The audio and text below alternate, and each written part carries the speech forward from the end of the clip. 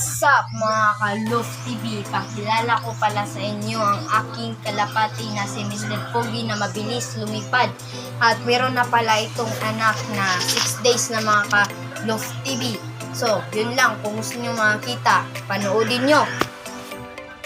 Ito pala si Mr. Pogi mga ka-Love TV. Nilimliman ang kanyang anak. Ito pala yung anak niya mga Love TV. Oh, sobrang lakas ni Mr.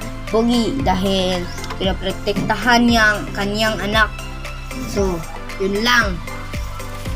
Bye! So, nakita nyo naman yung si Mr. Pogi mga ka-Love TV. So, update na lang kayo sa aking bagong video. Ipakita ko ang aking lahat ng mga kalapati mga ka-Love TV. Yun lang. Peace. Bye!